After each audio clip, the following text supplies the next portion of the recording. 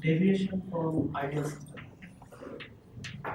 or basically the non-ideal system. Now, already we discussed about it. For example, real gases, right? Real gas equation itself is a like non-ideal gas equation of state, right? So, in a similar way, we will be developing something regarding the description of chemical potential of a system, right? Now, our goal is to understand the chemical potential of solution. Okay. Now, let us say what is the chemical potential of a gas? We know that say mu ideal. Okay. I mean, you can write the ideal later.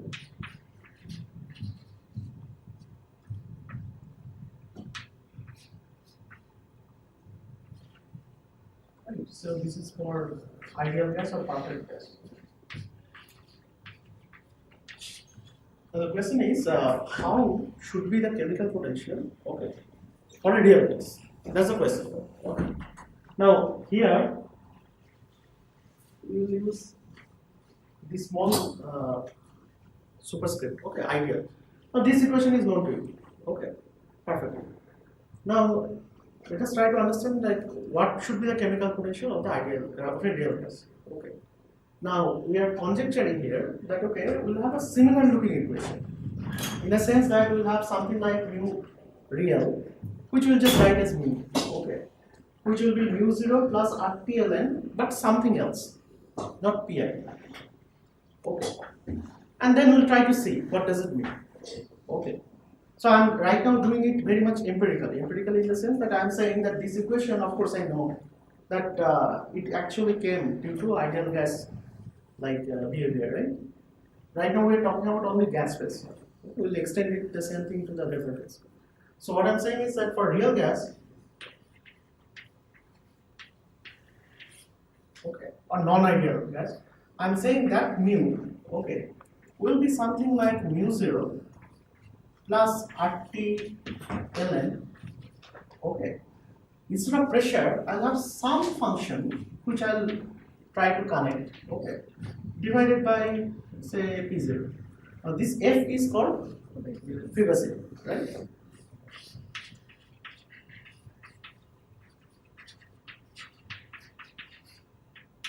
The question is how they are connected. That I have to find. Okay. Now look at it carefully. What is mu 0? Mu 0 is basically, if pressure is equal to P0, then mu 0 is fixed, right?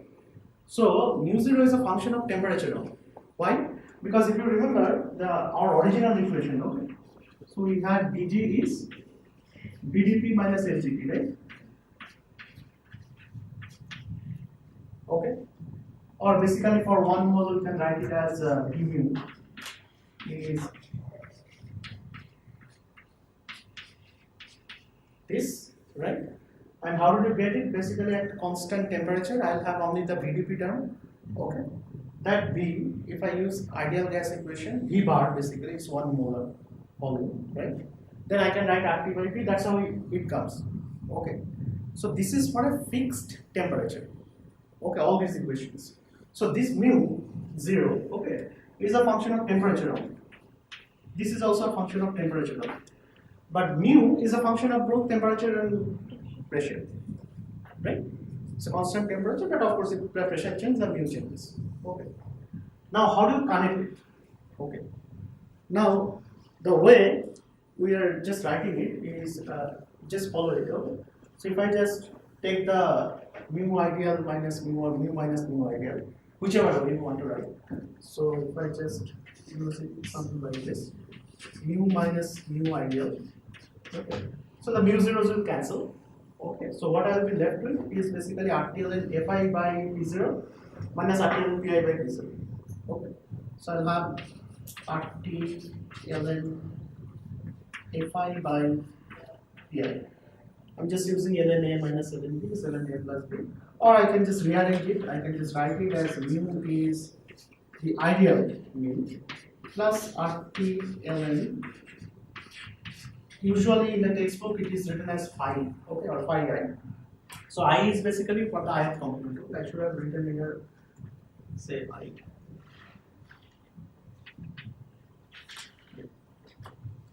So this phi I,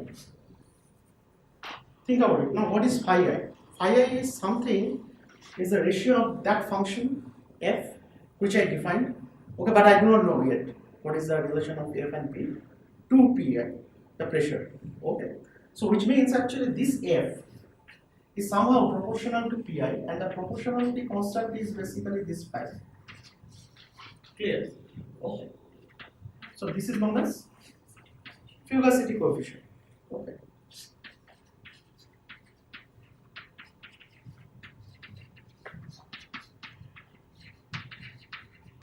Fine. Now the question is, what is the exact functional form of f? Okay.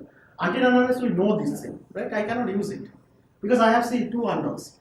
F is proportional to p, that I know. Okay. By just comparing this equation. But what is f? That's the question. Okay. Now let us try to first understand what is f.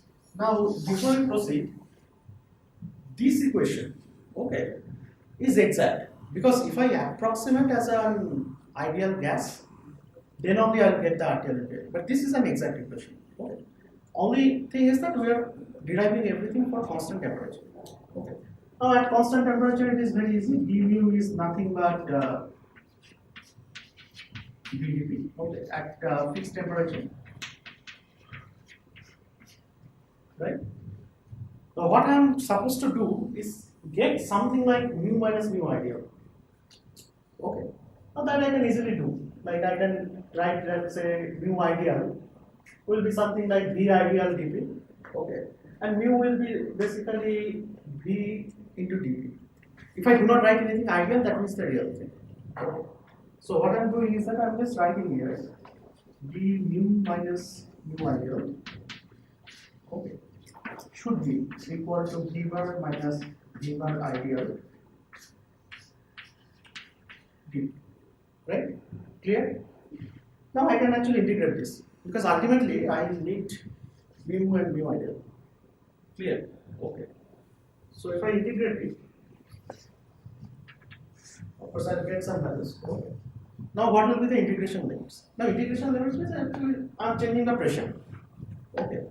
Suppose I'm changing the pressure from something, let's say P prime to some pressure P.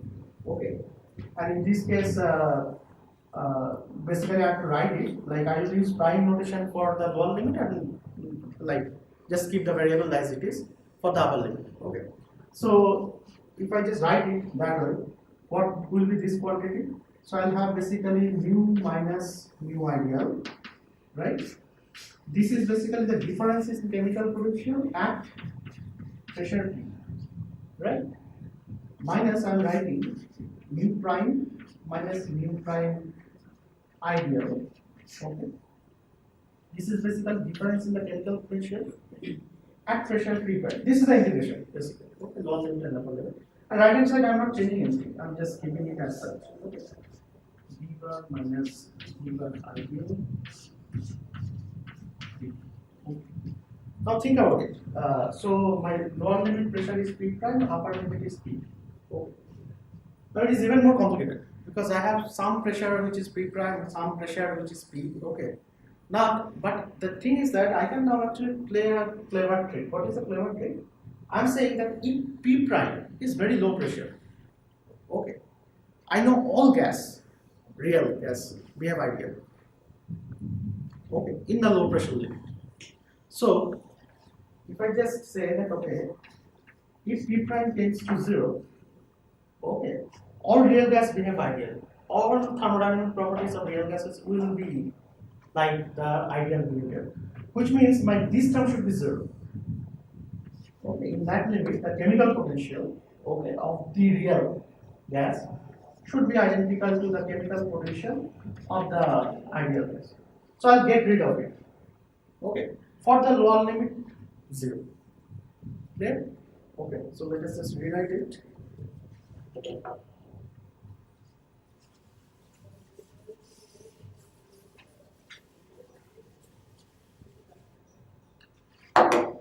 So if I write it as mu minus mu ideal, okay, is basically I'll have V bar minus V bar ideal dp integral p0 to p. Okay, that's so basically it says that the difference in the chemical potential, okay, at pressure P is basically the difference in the volume.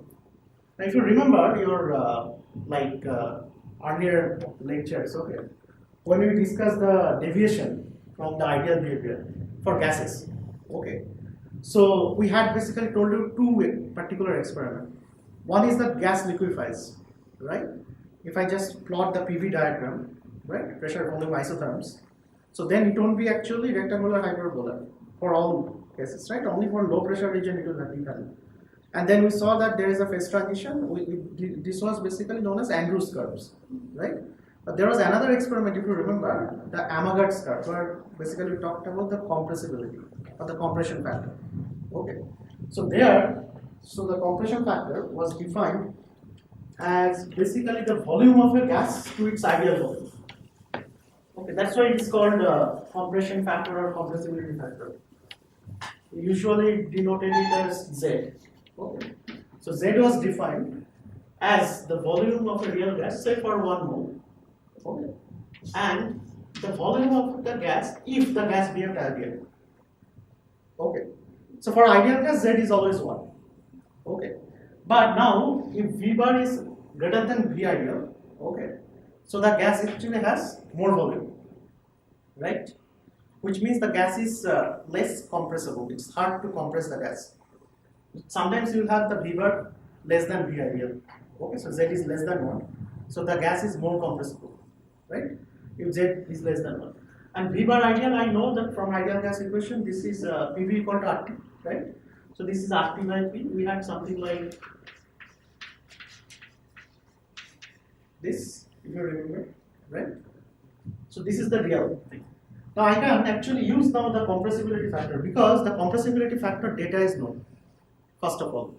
Secondly, if you remember that if I actually go to this reduced equation of state, where I actually replace everything, the pressure by some reduced variable, or the phi is defined as the pressure by the critical pressure of that gas.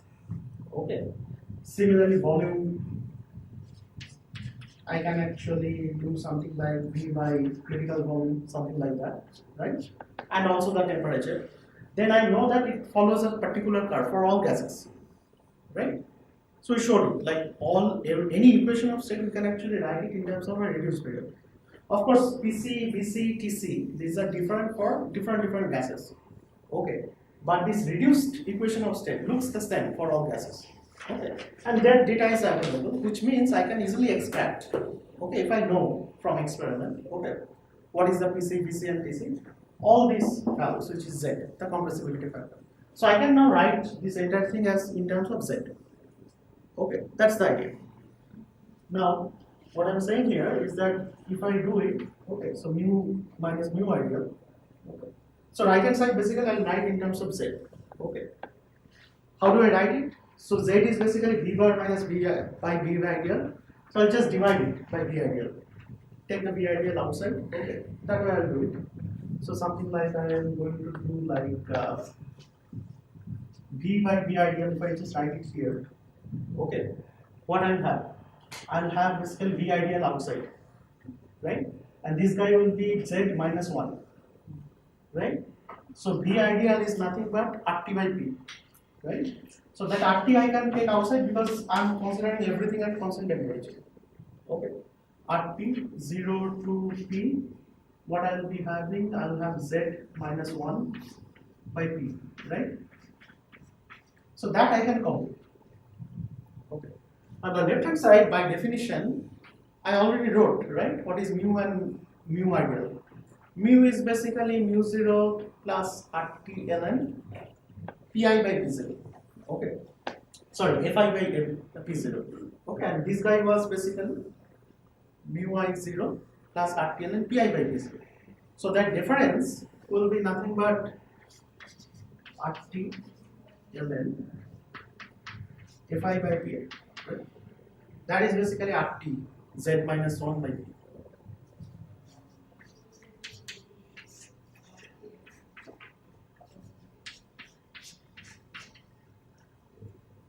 We are just using the small p notation. The P is greater dP. So finally, what I get here is something like this thing, ln phi, where phi is basically the activity coefficient. Okay, is nothing but this quantity, 0 to p z minus 1 by p dP. Okay. So I can actually now, okay, get a very handy expression for the not the activity coefficient, sorry, fugacity coefficient. Okay. Now the interesting thing is that then how the mu versus t curve, okay, or mu versus p curve will look like, okay, for different gases. Now the answer is hiding here, okay, where basically the compressibility factor, if you remember, okay. So we had something like Z versus P, right? Now Z is 1 for ideal gas, right? And if you remember, so most of the gases actually has a initial negative slope followed by positive slope. Okay. Some gases have positive slope, okay, for a fixed temperature, and some will be basically having a slope like this. Okay, or for the same gas, this will be the similar curves for different temperatures, right?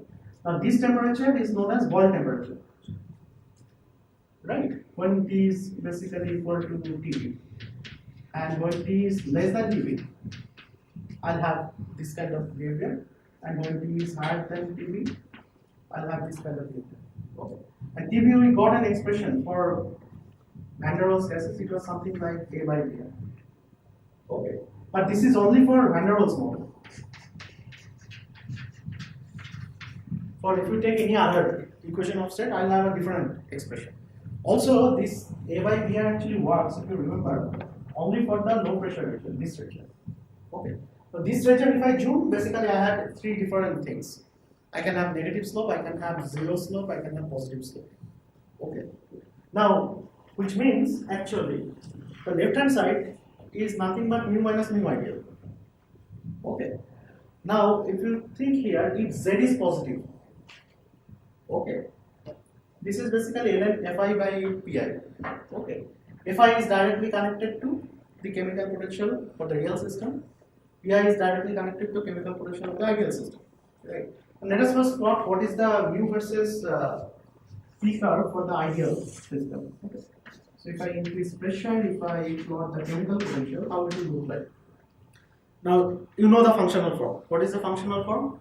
Mu is equal to mu 0 plus RT ln Pi by P0. So it's a logarithmic function, right? So it will be something like this, right? Okay. Now think about it. If I have low pressure region, okay, so what will happen? I'm just plotting it for this curve. This curve is basically for most of the gases. Okay. Now again, most of the gases at a particular temperature, which is room temperature. Around room temperature, most of gases show this kind of behavior. Okay. Which means at the low pressure it has a negative slope, at the high pressure it has a positive slope. Okay. Low pressure negative slope means what? I will have Z, okay, less than 1, which means this is a negative quantity, which means actually Fi is less than Pi. Okay, so the chemical potential of the real system at the low pressure, the curve will lie below.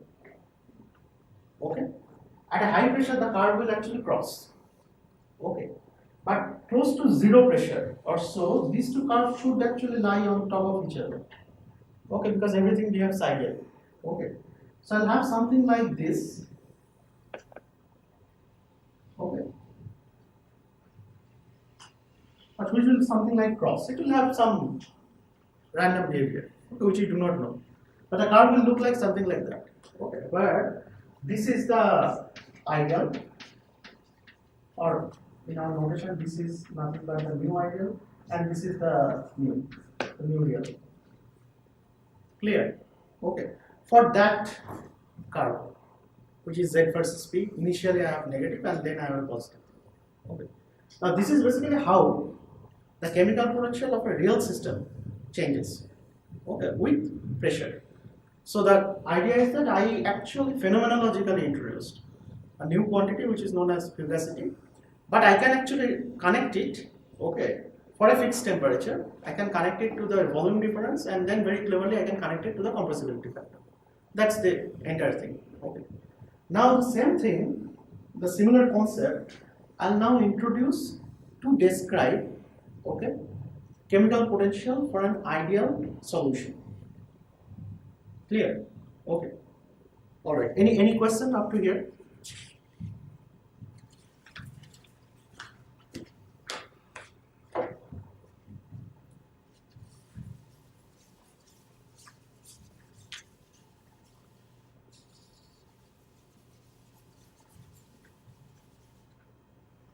Now solution, if you remember that, of course it will be similar, okay, but it is slightly different in the sense that now we have to think about whether the solution behaves at like, is it, there are two things in the solution if you remember.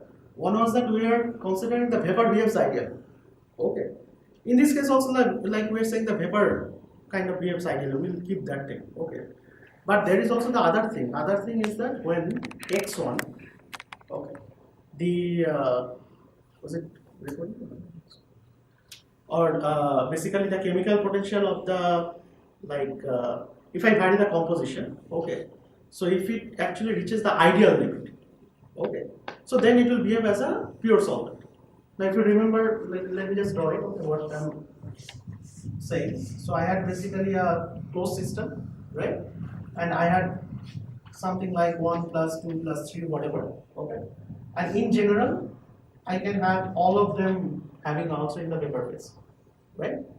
And then both are basically in equilibrium. Okay.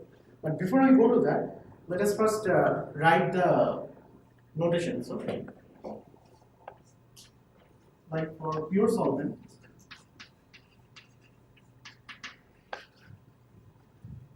usually what we are discussing, I think 1 we are keeping for solvent, right? 2 for the solvent. So for a pure solvent, we can write it as mu1.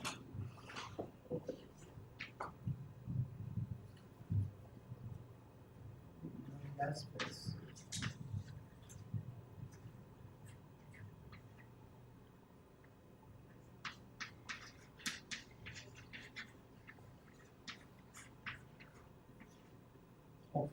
Now, what is mu1? mu1 is the chemical potential of the solvent in the vapor phase. So I'm just writing this as a gas or G. Okay. And of course, this is a function of temperature. Clear? Okay. Now, if I have a solvent in a solution, okay, that I'm writing as say mu1. Okay. In the liquid phase, okay. Sorry, in the gas phase. Okay. So that is basically this one.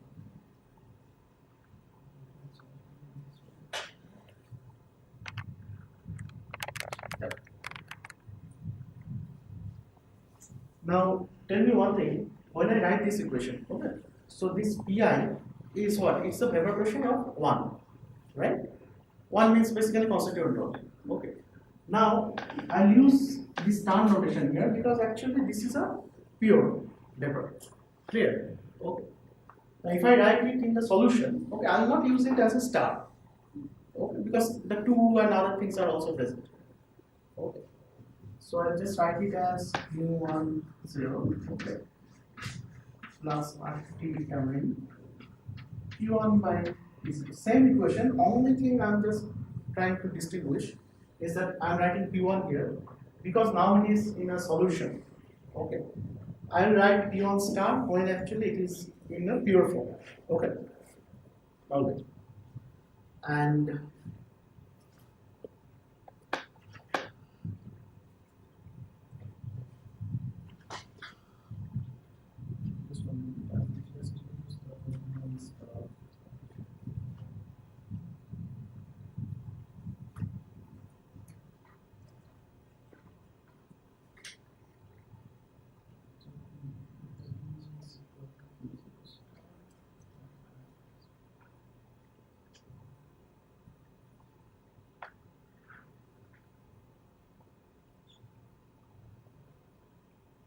Yeah, this one.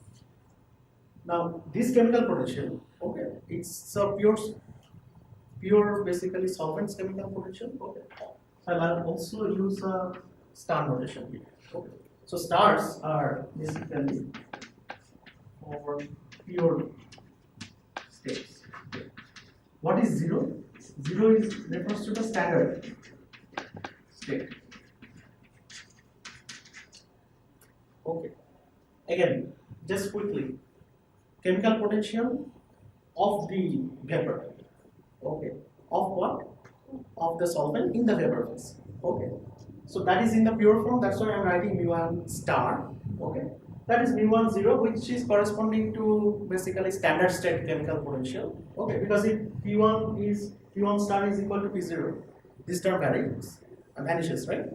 And then I will have basically mu1 star is equal to mu1 0. Okay, just follow the notation. Now what I'm writing is that the same thing. I'm just removing the star. Clear? Why? Because this is basically, I know this will be lower than the pure chemical potential, right? So now we can actually compare these two. Okay. If I compare these two, what I will get? If I just say take this minus this, okay, I'll have basically the chemical potential of 1 in the vapor phase. I can actually write it mu1 G, okay, this minus mu1 star G, okay, this term will cancel, right? So what I will have basically RTLN P1 by P1 star. Okay, I can just rearrange it. Okay. This is nothing but this, right? Now, just follow very carefully. So what I have written here, this is basically the chemical potential of solvent in the gas phase. This is chemical potential of the pure solvent in the gas phase, and this is the ratio of the pressure, okay, to the vapor pressure if the solvent were pure. Clear? So I have got rid of the P0 term. Okay, clear? Now that already we know. And this is a different way of looking at your Raoult's law. And what was Raoult's law? If you remember, the pressure was basically proportional to, okay, the mole fraction of it. Now, this is an approximation. Why Raoult's law is an approximation? Now, this will be very clear from here. See, what is this is basically chemical potential of the what is the relation between mole fraction and partial pressure? Partial pressure is the basically divided by the total pressure will be the mole fraction, right? But see what we actually approximated in Raoult's law. So is the mole fraction of 1. This is not total pressure. Okay, this is not P1 plus P2. This is actually P1 star. Okay, clear? If P1 and P2 are of same volatility, then it will hold. Otherwise, it should not hold. Clear? Okay. Or in other words, if the mole fraction, okay, it goes to like nearly 1, only then it will be valid. Otherwise, it won't be valid. Okay, if it is 1, then actually P1 is equal to P star. Of course, this is by definition. Okay. But otherwise, this is the wrong thing. P1 by P1 plus P2